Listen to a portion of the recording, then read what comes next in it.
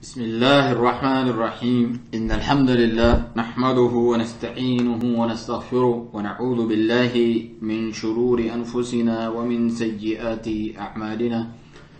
من يهده الله فلا مضل له ومن يضلل فلا هادي له وأشهد أن لا إله إلا الله وحده لا شريك له وأشهد أن محمدا عبده ورسوله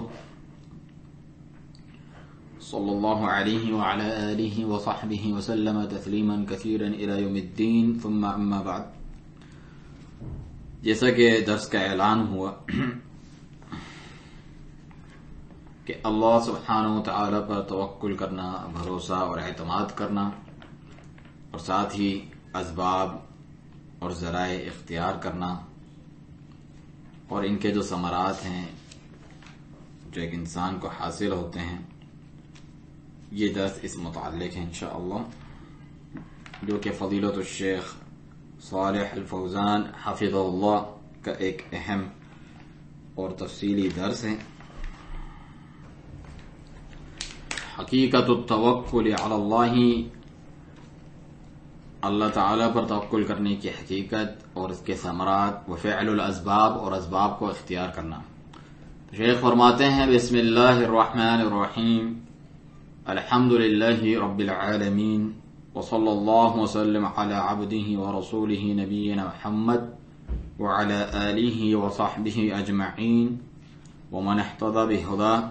وصار علی نہجہ وتمسک بسنتہ الی یوم الدین. وبعد، بلا شبہ توکل کرنا اللہ سبحانہ وتعالی پر یہ عبادت کی عظیم ترین انواع میں سے ایک نوع ہے. اللہ سبحانہ وتعالی کا فرمان سورۃ المائدہ آیت 23 وَعَلَى اللَّهِ فَتَوَكَّلُوا إِن كُنتُم مُؤْمِنِينَ، اور اللہ تعالی ہی پر توکل کرو اگر تم واقعی مومن ہو. تو ایمان کی شرط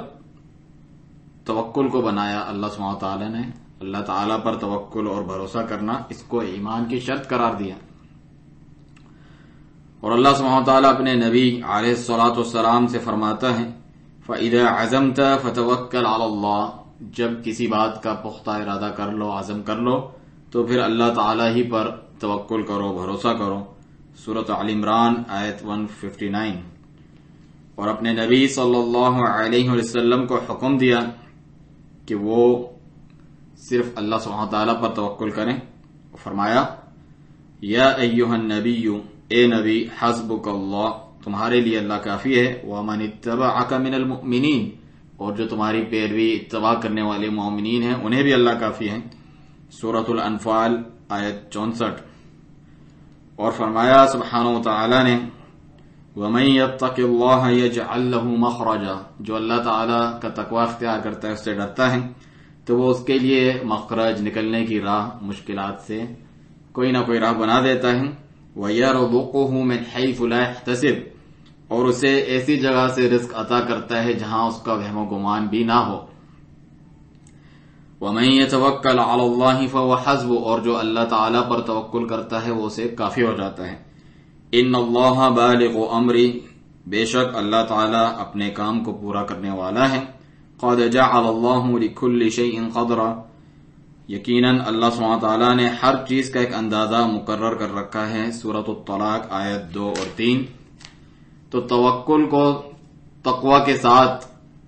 جوڑ کر بیان کیا اور فرمایا آگے انہی کی جو آیات ہیں آگے سورۃ الطلاق آیت 4 اور 5 میں مزید اس کا ذکر کیا. وَمَن يَتَّقِ اللَّهَ يَجْعَل لَّهُ مِنْ أَمْرِهِ يُسْرًا، اور جو اللہ تعالیٰ سے ڈر جاتا ہے، اس کا تقوی اختیار کرتا ہے، تو اس کے معاملے کو اللہ تعالیٰ سہل اور آسان بنا دیتا ہے. ذَلِكَ أَمْرُ اللَّهِ أَنزَلَهُ إِلَيْكُمْ، یہ اللہ تعالیٰ کا امر حکم ہے جو اس نے تمہاری طرف نازل کیا. وَمَن يَتَّقِ اللَّهَ، جو اللہ تعالیٰ سے ڈر جاتا ہے، اس کا تقوی اختیار کرتا ہے، يُكَفِّرْ عَنْهُ سَيِّئَاتِهِ، تو وہ اس سے اس کی برائیاں، اس کے گناہ دور کر دیتا ہے، مٹا دیتا ہے. وَيُعْظِمْ لَهُ أَجْرًا، اور اسے بہت بڑا اجر دیتا ہے، بہت بڑے اجر سے نوازتا ہے. سورۃ الطلاق آیت 4 اور 5. اسی طرح توکل کو عبادت کے ساتھ بھی جوڑ کر بیان کیا ہے. اللہ سبحانہ تعالیٰ کا فرمان فَاعْبُدْهُ وَتَوَكَّلْ عَلَيْهِ، بس اسی کی عبادت کرو اور اسی پر توکل اور بھروسہ کرو. سورۃ ہود آیت 123. اور اللہ تعالیٰ نے حکم دیا ہے توکل کرنے کا، اور جو توکل کرنے والے ہیں ان کی تعریف فرمائی ہے، اور یہ خبر دی کہ وہ محبت کرتا ہے توکل کرنے والوں سے. بہت ساری آیات میں اس کی خبر دی ہے جو اس بات پر دلالت کرتی ہے کہ توکل علی اللہ، اللہ تعالیٰ پر توکل اور بھروسہ کرنے کی کتنی زیادہ اہمیت ہے. اور اللہ تعالیٰ پر توکل کرنا یہ دل کے اعمال القلوب یعنی دل کے اعمال میں سے ہیں، اور یہ ایک دلی عبادت ہے، قلبی دل کی عبادت ہے. جو توکل ہے وہ جوارح یعنی جو جسم ہے ہمارا، اعضاء و جوارح، اس سے نہیں ہوتا بلکہ یہ دل سے ہوتا ہے، قلب دل سے ہوتا ہے. جیسا کہ دیگر دل کی عبادتیں ہیں، مثلا خوف کرنا، خوف، خشیت، رغبت اور رحبت، اللہ سبحانہ وتعالی کی ہیبت طاری ہونا، اور جو تقوی ہے اللہ کا ڈر اور تقوی اختیار کرنا، یہ سارے کے سارے کیا ہیں؟ اعمال قلبیہ، دلی اعمال ہیں، قلب کے اعمال ہیں. اور جو توکل کی قدر و منزلت ہے ویسی ہی ہے جیسا کہ اہل علم نے ذکر کیا کہ توکل کی دین میں وہ حیثیت ہے جو کہ جسم میں سر کی حیثیت ہے. جس کے پاس توکل نہیں ہے اللہ تعالیٰ پر تو اس کے ہاں کوئی دین نہیں ہے، جیسا کہ ایسا جسم جس کا سر نہ ہو. اور یہ بات معلوم ہے کہ بلا شبہ جو جسم ہو اگر اس سے سر کو کاٹ دیا جائے تو اس کی زندگی ختم ہو جاتی ہے. اسی طرح جو دین ہے اگر اس میں توکل مفقود ہو، ناپید ہو یعنی موجود نہ ہو تو وہ اپنا صحیح ہونا کھو دیتا ہے. فلا یکون دینا صحیحا، وہ پھر صحیح دین نہیں ہو سکتا جس میں توکل نہ ہو. اللہ تعالیٰ پر توکل کرنا اس کا بہت ہی عظیم مقام اور مرتبہ ہے. جو عبودیت ہے، اللہ تعالیٰ کی عبادت بجا لانا ہے، اس کے جو مقام ہوتے ہیں، اس کا جو اسٹیٹس ہے، اس میں بڑا عظیم اس کا درجہ ہے. اور اللہ تعالیٰ نے اپنے جو مومنین بندے ہیں ان کو ممتاز کر کے الگ سے ان کا امتیاز یہ ذکر کیا ہے غیروں سے ہٹ کے جو اللہ پر ایمان لانے والے نہیں ہوتے، کہ وہ لوگ جو ہیں اللہ تعالیٰ پر مکمل توکل اور بھروسہ کرتے ہیں. اور جس کے ہاں اصلاً ہی توکل موجود نہ ہو تو وہ کافر ہو جاتا ہے. اور جو اللہ تعالیٰ پر بھی توکل کرے اور غیر اللہ پر بھی توکل کرے تو وہ مشرک ہوتا ہے. اور جو اکیلے اللہ وحدہ لا شریک پہ توکل کرے تو وہ موحد ہوتا ہے، توحید والا ہوتا ہے، مومن ہوتا ہے کہ جس سے اللہ تعالیٰ محبت کرتا ہے اور اس کے عمل اور اس کے قول سے راضی ہوتا ہے، کیونکہ اس نے اپنے عمل اور قول کی جو بنیاد اور اساس ہے وہ صحیح بنیادوں پہ قائم کی ہے. تو پھر توکل کا کیا معنی ہوا جس کی اتنی زیادہ اہمیت ہے اور دین میں اتنا بڑا مقام اور مرتبہ ہے. ہم اس کا معنی آپ کے سامنے بیان کرتے ہیں. اللہ تعالیٰ پر توکل کرنے کا صحیح معنی یہ ہے کہ تفویض الامور الیہ، اپنے تمام معاملات کو اس کے سپرد کر دینا، اپنے تمام معاملات کو اللہ تعالیٰ کے سپرد کرنا. والاعتماد علیہ سبحانہ وتعالی فی جمیع امورہ، اور اپنے تمام معاملات میں اس اکیلے پر ہی اعتماد اور بھروسہ کرنا اور اپنے تمام امور کو اسی کے سپرد کر لینا، اس طور پہ کہ کسی اور کی طرف التفات نہ ہو، توجہ نہ ہو، کسی اور کی طرف انسان کا دھیان اور میلان نہ ہو. تو اللہ تعالیٰ پر توکل کرنا عقیدے کے معاملات میں ہوتا ہے، اعتقاد میں، اس طور پہ کہ بندے کا جو دل ہے وہ غیر اللہ کی طرف نہ مڑ جائے، اس کی طرف متوجہ نہ ہو، اس کی طرف میلان نہ ہو، اس سے لو نہ لگے، بلکہ ہمیشہ ہر وقت ہر حال میں وہ اللہ تعالیٰ پر اعتماد کرنے والا ہو، اپنے تمام معاملات کو اس اکیلے کے سپرد کرنے والا ہو، جس قسم کی بھی معاملات ہوں. جیسا کہ جو مشرکین ہوا کرتے تھے وہ اللہ تعالیٰ کے ساتھ شرک کرتے ہیں اور اس کے ساتھ کفر کرتے ہیں. اس کی بھی بنیادی وجہ کیا ہے؟ کیونکہ وہ اللہ کا چھوڑ کے غیروں پہ توکل اور بھروسہ کرتے ہیں، اس سے امیدیں لگا بیٹھتے ہیں، اپنے امور کو ان کے سپرد کرتے ہیں کہ یہی ہمیں کچھ فائدہ پہنچائے گا یا نجات دے گا. اور یہ عقیدہ رکھتے ہیں اللہ کے علاوہ غیروں سے کہ وہ ان کی حاجت روائی کریں گے، ان کی مشکلات دور کریں گے، ان کے جو بھی غم اور پریشانیاں ہیں ان کو دور کر دیں گے، انہیں اٹھا دیں گے، اور جو ضرر اور نقصان ہیں ان سے روک دیں گے. تو وہ ان بتوں، اصنام، بتوں، اوثان، جو بتوں سے بھی بڑھ کر یعنی جس کی بھی اللہ کے سوا عبادت کی جاتی ہیں، اصنام اوثان ان پر اعتماد کرتے ہیں، یا درختوں پر یا پتھروں پر یا قبروں اور مزاروں اور فوت شدہ لوگوں کے اوپر، تو مخلوق کے اوپر اعتماد کرنا اس چیز کے بارے میں جس پر اللہ سبحانہ وتعالی کے سوا کوئی قادر نہیں، یہ ان کے غیر اللہ پہ توکل کرنے کی وجہ سے شرک ہوتا ہے۔ چنانچہ اس کے نتیجے میں ہی تو وہ یہ کرتے ہیں کہ غیر اللہ سے استغاثہ کرتے ہیں، یعنی فریادیں کرتے ہیں، ان کے نام کی دہائیاں دیتے ہیں، ان کے نام پر ذبح کرتے ہیں، نظر و نیاز کرتے ہیں، اور عبادت کی جو مختلف انواع اقسام ہیں ان کے لیے صرف ان کے لیے ادا کرتے ہیں، ان کے لیے بجا لاتے ہیں، کیونکہ انہوں نے ان پر اعتماد کیا ہے اللہ تعالیٰ کو چھوڑ کر، اور یہ گمان کیا ہے کہ یہ لوگ انہیں نقصان پہنچا سکتے ہیں یا فائدہ پہنچا سکتے ہیں یا ان کی حاجت براری کر سکتے ہیں، یعنی ان کی ضروریات پوری کر سکتے ہیں۔ تو اس وجہ سے انہوں نے اللہ عز و جل کے ساتھ کفر کیا کہ جب انہوں نے غیروں پر توکل اور اعتماد کیا اور اللہ کے سوا غیروں پر بھروسہ اور اعتماد کیا، اور اپنے اس اعتقاد اور عقیدے کی وجہ سے عبادتیں غیر اللہ کے لیے بجا لائے۔ تو شرک کی بھی جو اساس اور بنیاد آپ دیکھیں وہ توکل ہے غیر اللہ پر کرنا۔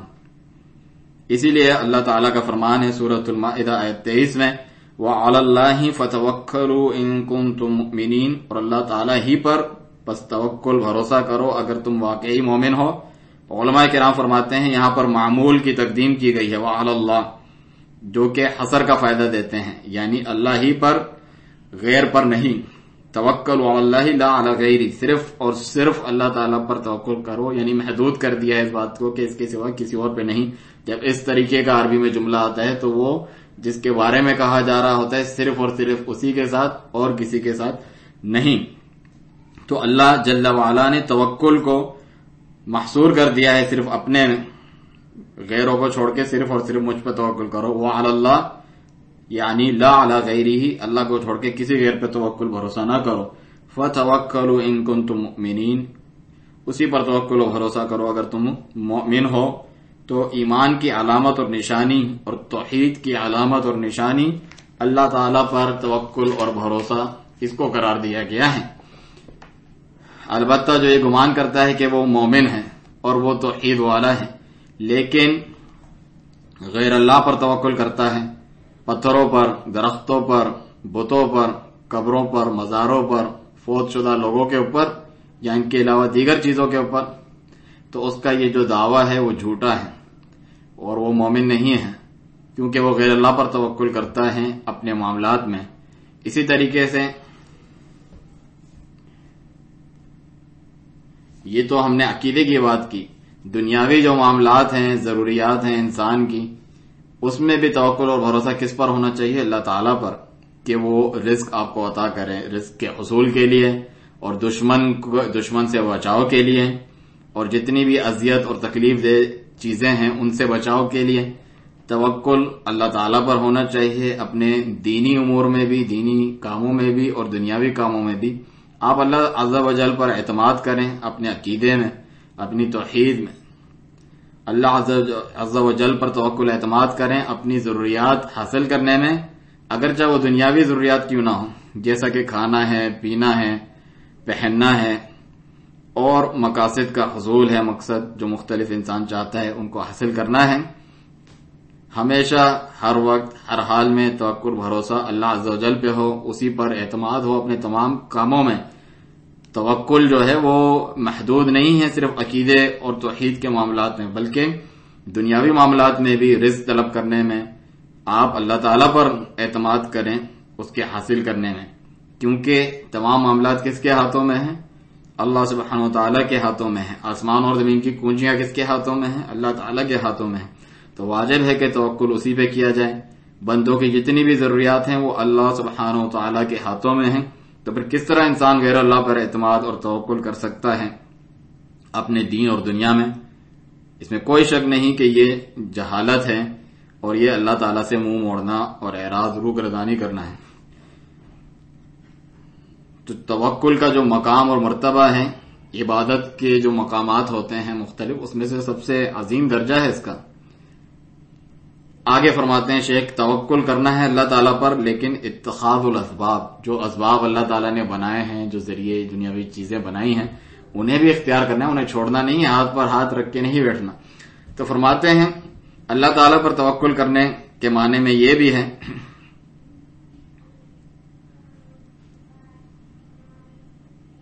کہ ہم اسباب کو نہ چھوڑیں جو اللہ تعالیٰ ہی نے بنائے ہیں، کہ ہم ان اسباب کو چھوڑ دیں اور کہیں کہ اللہ پہ بھروسہ، ایسا نہیں ہے، بلکہ اسباب اختیار کریں، پھر اللہ تعالیٰ کے ذمہ اس کا نتیجہ چھوڑ دیں، اپنے معاملات کو اس کے سپرد کریں۔ اور ایسا نہیں ہونا چاہیے کہ ہم کہیں کہ اگر اللہ تعالیٰ جو ہے ہمیں رزق دینا چاہے گا تو رزق دے گا، جبکہ ہم یوں ہی بیٹھے رہیں گے ہاتھ پہ ہاتھ رکھ کے۔ اسی طریقے سے ہم طلب علم کو نہیں چھوڑیں گے یہ کہتے ہوئے اگر اللہ تعالیٰ اگر ہمیں علم دینا چاہتا تو ہم یہیں اپنے گھروں میں بیٹھے رہیں گے، علم حاصل نہیں کریں گے، اور ہمیں خود ہی علم اگر دینا چاہے گا تو دے دے گا۔ اور تمام جتنے بھی مفید کام ہیں ان سب کو اسی بہانے سے ہم چھوڑتے جائیں اور کہیں کہ ہم اسباب اختیار نہیں کریں گے، ایسا نہیں ہے کہ اور یہ کہیں کہ اگر اللہ نے ہماری تقدیر میں لکھا ہوگا تو سبب اختیار کیے بغیر جو ہے ہمیں یہ چیزیں مل جائیں گی۔ یہ کیا ہے؟ ھذا غلط کبیر، یہ بہت بڑا مغالطہ ہے، یہ غلطی میں اور غلط فہمی میں لوگ مبتلا ہیں جو یہ سوچتے ہیں۔ بلکہ ضروری ہے کہ ان دونوں باتوں کو ہم جمع کر کے رکھیں، ساتھ ساتھ اپنے التوکل علی اللہ سبحانہ وتعالی، اللہ تعالیٰ پر توکل و بھروسہ بھی ہو، اور ساتھ میں جو مفید اسباب ہیں ان کو بھی ہم اپنائیں۔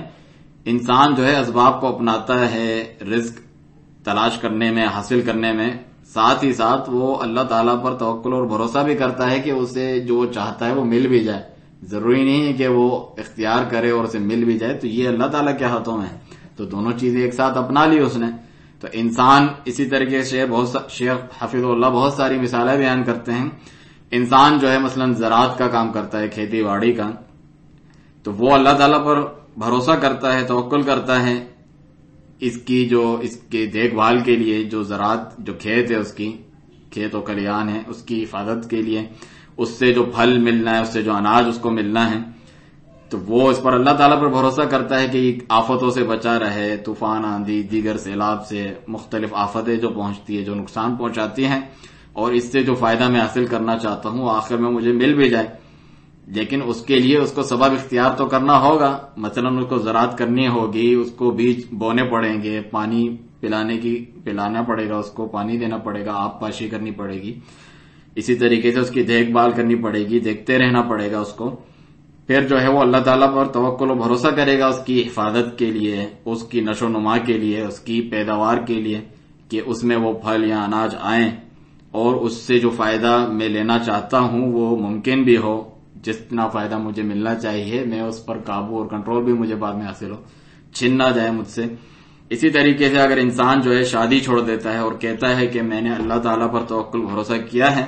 اگر اللہ تعالیٰ چاہے تو مجھے اولاد دے دے گا، مجھے اولاد چاہیے تو مجھے بغیر شادی کے ہی مجھے اولاد مل جائے گی، تو ہم کہیں گے یہ بہت بڑی غلط فہمی ہے۔ کوئی بھی عقل مند شخص ایسی بات نہیں کرتا، مومن ہونا تو دور کی بات ہے۔ اللہ تعالیٰ نے چیزوں کے لیے اسباب بنائے ہیں، چنانچہ شادی کرنا سبب ہے اولاد کے حاصل ہونے کا، یعنی جو ہے حمل ہوگا اور پھر اولاد ہوگی، اس کے لیے ضروری ہے شادی کرے، اس کے سبب کو اپنائے۔ اسی طرح اللہ تعالیٰ نے ہمیں حکم دیا ہے اسباب اختیار کرنے کا، تو آپ کو چاہیے اور آپ پہ لازم ہے کہ آپ اسباب کو اختیار کریں۔ لہذا شادی کرنا سبب ہے آپ کی طرف سے، آپ کو وہ کرنا ہے، آپ کو یہ طلب کرنا ہے، اس پر عمل کرنا ہے، جبکہ اولاد کا حصول کے اولاد کا ہو جانا یہ اللہ سبحانہ تعالیٰ کے پاس، اس کے ہاتھوں میں یہ نتیجہ ہے کہ وہ آپ کو یہ دے۔ لیکن اسباب اختیار کرنا اللہ سبحانہ تعالیٰ کی توفیق سے آپ کے ذمہ ہے، تو لازمی ہے کہ ان دونوں چیزوں کو جمع کریں، اسباب بھی اختیار کریں، ساتھ ہی ساتھ اللہ تعالیٰ پر توکل و بھروسہ بھی ہوں۔ لیکن جو صرف اسباب پر ہی پورا اندھا دھند اعتماد کرتے ہیں، اللہ تعالیٰ پر کوئی توکل و بھروسہ نہیں ہوتا، یا پھر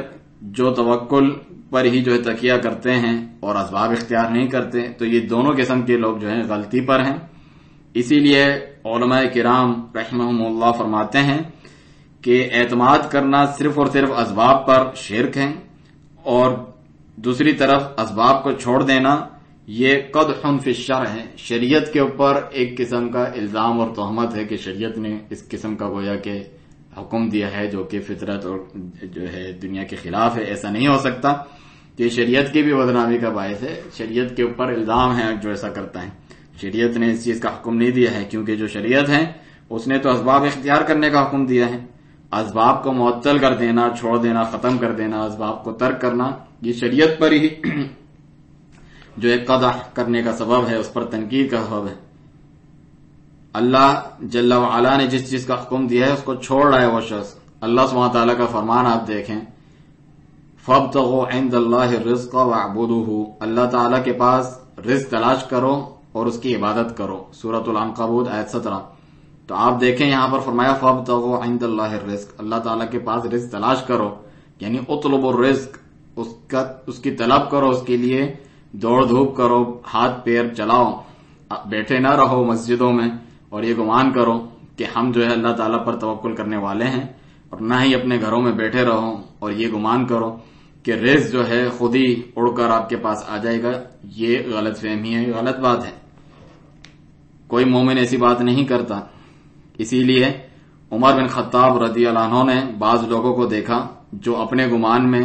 اللہ پر توکل کر کے اسباب کو چھوڑ کے بیٹھے ہوئے تھے، اور پوچھا کہ من انتم، تم لوگ کون ہو؟ انہوں نے کہا نحن المتوکلون، ہم اللہ تعالیٰ پر توکل کرنے والے ہیں۔ تو آپ نے فرمایا ایسا نہیں ہے، بلکہ انتم المتوکلون، تم لوگ جو ہو دوسروں کے اوپر بوجھ بننے والے ہو کہ وہ تمہیں لا کر کھلائیں، لوگوں کے محتاج بننے والے، ان کے ٹکڑوں پہ پلیں، یہ تم نے حال بنایا ہوا ہے، اور یہ توکل نہیں ہے۔ آپ دیکھیں اللہ تعالیٰ نے بھی اس جانب رہنمائی کی ہے، سورۃ الجمعہ آیت 10 میں فرمایا فَإِذَا قُضِيَتِ الصَّلَاةُ فَانتَشِرُوا فِي الْأَرْضِ وَابْتَغُوا مِنْ فَضْلِ اللَّهِ، اور جب جمعے کی نماز ختم ہو جائے تو پھر زمین میں پھیل جاؤ اور اللہ کا فضل تلاش کرو، رزق تلاش کرو۔ یعنی شیخ فرماتے ہیں کہ خرید و فروخت کرو، بزنس کرو، کاروبار کرو، اور رزق طلب کرو، اس کی کوشش کرو، نفع بخش اسباب اپنا کر جن کا حکم اللہ تعالیٰ نے دیا ہے، عبادت بھی کرو، نماز بھی پڑھو اس کے ٹائم پر، اس کے وقت پر، اس کی جگہ پر، مسجد میں، اسی آیت میں ذکر ہے۔ اور پھر جو ہے کہا کہ جب نماز ہو جائے تو طلب رزق کے لیے یہ نہیں کہا کہ ادھر ہی بیٹھے رہو مسجد میں، بلکہ فرمایا فَإِذَا قُضِيَتِ الصَّلَاةُ فَانتَشِرُوا فِي الْأَرْضِ، کہ نکل پڑو زمین میں اور اللہ کا رزق تلاش کرو، کیونکہ اللہ تعالیٰ نے وہ سبب ذکر کیا جس کے ذریعے سے رزق ملتا ہے کہ اللہ سبحانہ تعالیٰ کا ذکر بھی کرو، بہت زیادہ اللہ کا ذکر کر لیا اور پھر کوشش بھی کرو۔ اللہ کا ذکر خود رزق کے اسباب میں سے ہیں اور بڑے اسباب میں سے ہیں کہ اس سے معاملات آسان ہوتے ہیں اور رزق عطا ہوتا ہے اللہ کی طرف سے۔ جبھی تو فرمایا سورۃ الطلاق آیت 2 اور 3 میں وَمَن يَتَّقِ اللَّهَ يَجْعَل لَّهُ مَخْرَجًا، جو اللہ تعالیٰ کا تقوی اختیار کرتا ہے وہ اس کے لیے مشکل سے نکلنے کی راہ بنا دیتا ہے، وَيَرْزُقُهُ مِنْ حَيْثُ لَا يَحْتَسِبُ، اور اسے ایسی جگہ سے رزق عطا کرتا ہے جو اس کے وہم و گمان میں بھی نہ ہو، وَمَن يَتَوَكَّلْ عَلَى اللَّهِ فَهُوَ حَسْبُهُ، اور جو اللہ تعالیٰ پر توکل کرتا ہے تو وہ اسے کافی ہو جاتا ہے۔ ان اللہ بالغ امری، اللہ تعالیٰ اپنا کام پورا کر کے رہتا ہے۔ قد جعل اللہ لکل شیء قدرا، یقیناً اللہ تعالیٰ نے ہر چیز کی ایک قدر مقرر کر رکھی ہے، ہر چیز کا اندازہ مقرر کر رکھا ہے۔ چنانچہ عمر رضی اللہ عنہ نے یہ فرمایا کہ لقد علمتم ان السماء لا تمطر رحبا ولا فضة، تم یہ جانتے ہو اچھے طریقے سے کہ آسمان سے کوئی سونا چاندی نہیں برستا ہے۔ یعنی اسی گروہ پر آپ نے انکار کیا، تنقید کی جو عبادت کے لیے بیٹھے ہوئے تھے اور لوگوں کے اوپر بوجھ بنے ہوئے تھے کہ وہ انہیں لا کر کھلائیں اور کہہ رہے تھے کہ ہم نے اللہ پہ بھروسہ کیا ہے۔ آپ ان کی بات نہیں مانتے تھے اور کوئی تعریف نہیں کرتے تھے، بلکہ ان کو دروں سے یعنی جو ہے کوڑے سے مارتے اور انہیں کہتے کہ نکلو، اٹھو اور طلب رزق کی کوشش کرو، اور یہ جان لو کہ آسمان سے کوئی سونا چاندی برس کے تمہارے پاس یوں نہیں آئے گا، بلکہ یہ کوشش کے ذریعے سے آتا ہے اور رزق طلب کرنے کے ذریعے سے اور اسباب اپنانے سے آتا ہے۔ جبکہ جو یہ گمان کرتے ہیں کہ وہ اللہ تعالیٰ پر توکل بھروسہ کر کے بیٹھے ہیں اور اسباب کو چھوڑ دیتے ہیں، ایسے شخص کو کیا کہا جاتا ہے؟ توکل کرنے والا نہیں، عاجز کہا جاتا ہے، نکما، نکارا، سست، کاہل، اس قسم کی باتیں۔ اور یہ ایسی چیزیں ہیں اور ایسی بری صفات ہیں کہ جس سے نبی صلی اللہ علیہ وسلم پناہ طلب کرتے تھے اپنی دعاؤں میں، من العاجز ومن الکسل، ان سے پناہ طلب کرتے تھے، یعنی سستی، کاہلی سے اور عاجز ہو جانے سے، تھک ہار کے بیٹھ جانے سے۔ دیکھیں آپ صحیح بخاری میں انس بن مالک رضی اللہ عنہ سے روایت موجود ہے